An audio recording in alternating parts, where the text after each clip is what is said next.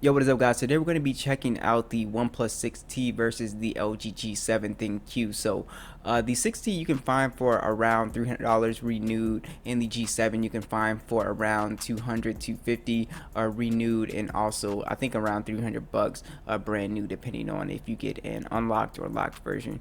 So let's go ahead and get started with the hardware. So both these phones have pretty similar hardware on these guys. So you have both a glass back and aluminum frame on both of these phones. They definitely feel both very premium in the hand. I think the 6T is just a little bit heavier than the G7, not by much though, but it is slightly heavier. Going around the hardware, as you can see, both very similar, same button layout. You do have a Google Assistant button on the G7, which is something that I like. You do not have a headphone jack on the 6T, which might, be bothersome for most people.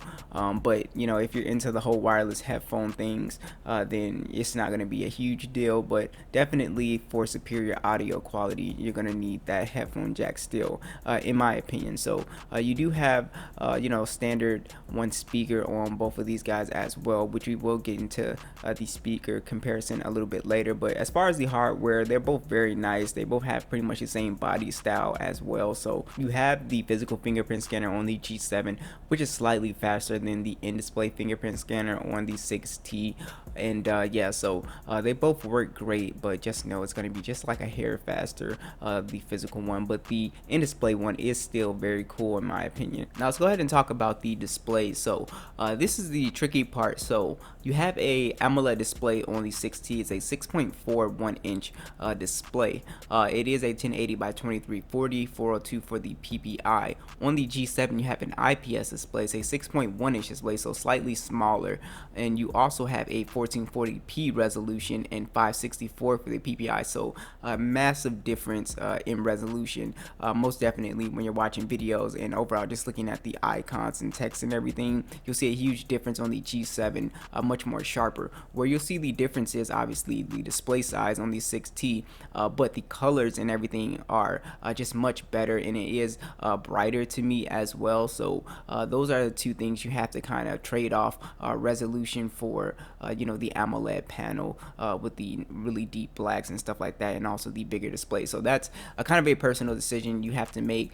Me personally, I really just love 1440p displays, especially with high PPI. So I'll always love the G7 display, even though it's not an AMOLED display. Now, as far as the UI, both of these phones are running Android 10. You have Oxygen OS on the 6T, and you have LG's UX Skin. So LG's UX Skin is kind of like stock Android, especially when you go to these settings. It's pretty much laid out like a stock Android device. Oxygen OS a little different, but they're both pretty much the same. You still have the Google Now page on the left side.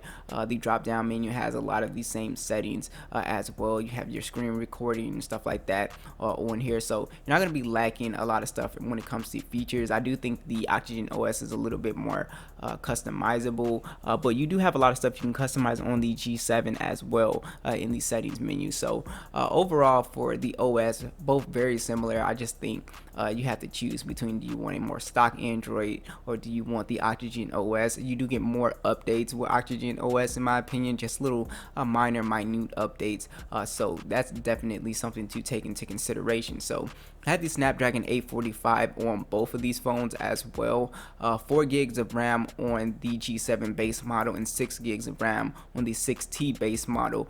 You also have expandable storage on the G7 as well, and you do not have expandable storage on the 6T, so you can't expand that storage, but the base model is 128 gigs, so that is more than enough.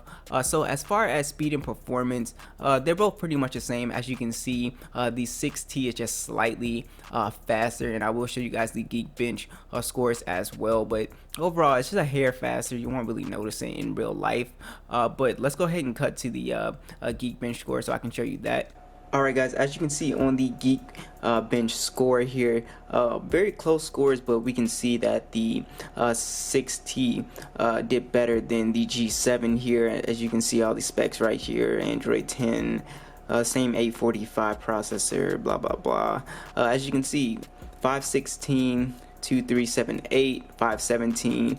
2095 here. So as you can see, slightly better. That's what I was talking about, it just being a slightly snappier device here. So you know, it's not I guess in the real world it doesn't really make a difference, but it is, you know, a slight difference here. All right, so overall the specs on these guys are very similar. You'll be able to play games at high settings on both of these guys, whether it's Call of Duty, Fortnite, PUBG, whatever. You will be able to have a pretty good gaming experience. So let's talk about audio experience. The G7 has the 6TB here, mostly because you just have the headphone jack in the quad DAC. So you'll have a superior audio experience on the G7. Now the 6T, you know, you have equalization settings with the 6T and stuff like that, but it's just not going to be as good as the quad DAC.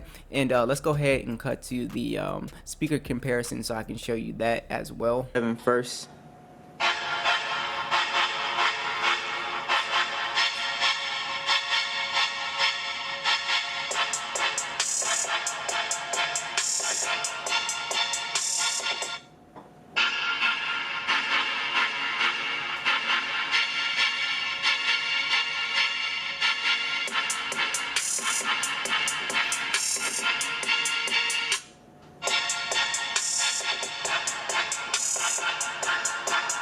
So definitely harder kicks on the G7, and just overall just a, you know, a little bit more fuller sound here.